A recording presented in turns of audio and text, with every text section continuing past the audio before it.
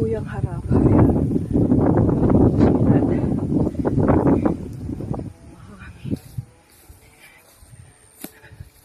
So, yan.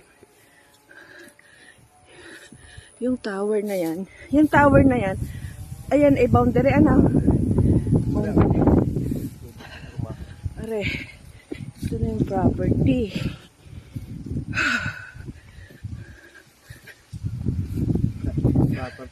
Ito na, ano? Ito na kapatagang ito.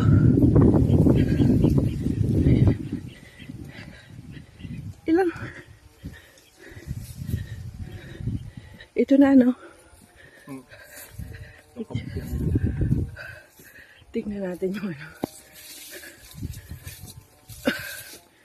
Ayan. So, ito po kapatagan siya. Yan na. Ang bundok. So, yun po yung may wire. Pero nasa tabi siya. Nasa tabi siya ng property.